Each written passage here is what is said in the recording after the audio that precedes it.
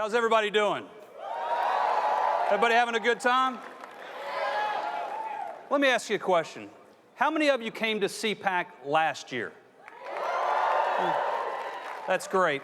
Now, how many of you remember what happened 6 days before CPAC started last year? It was February 16th, and American freedom suffered a devastating loss when Justice Scalia unexpectedly passed away. That day, the stakes of the 2016 elections fundamentally changed. This was no longer a fight for the next 4 years. This was going to be a fight for the next 40 years. As you all remember, the Republican primary was still, let's just say, interesting. But we knew Hillary Clinton was either going to win or steal the Democrat nomination. And we knew exactly what Hillary's Supreme Court would look like. For those of us who support the Second Amendment, we knew our gun rights would be gone. Our right to keep and bear arms survived the Supreme Court by just one vote, and he had just passed away. Think about that. The court said we have a right to keep a gun in our homes to protect ourselves if, God forbid, some criminal breaks in and wants to murder us. That's it. That's all they said. But Hillary's view? She said it was a terrible decision, that the Supreme Court was wrong on the Second Amendment. So we decided that freedom could not afford for us to wait. The NRA hasn't backed down from a fight in 146 years, and we sure as hell weren't scared of Hillary Clinton.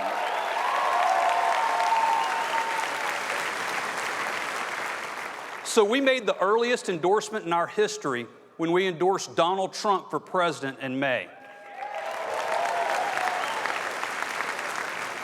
You're happy now, but let me tell you, it was a lonely summer. We were criticized, we were ridiculed by the mainstream media, and you know what? We didn't care, and we didn't flinch. We spent more human resources and more financial resources than ever before.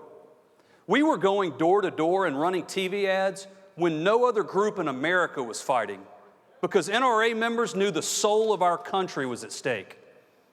It wasn't an easy ride, but there were moments last year when you knew we could win.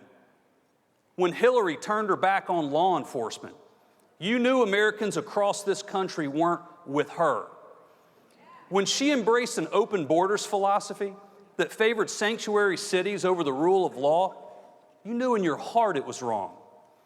And when she said you were all deplorable,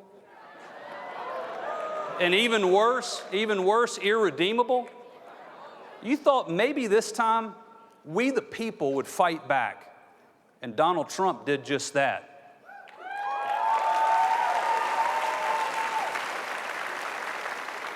Sanctuary cities? No thanks, I'll take a wall.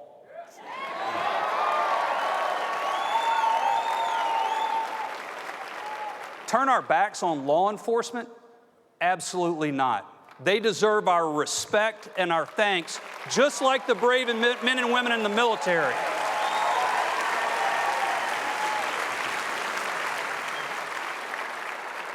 And while CNN serenaded Hillary Clinton, Donald Trump's fingers got to talking on Twitter. But for all the moments when you felt like we had a chance, you know what that moment was for me? When I knew we could win? The moment Donald Trump picked Mike Pence to serve as his running mate.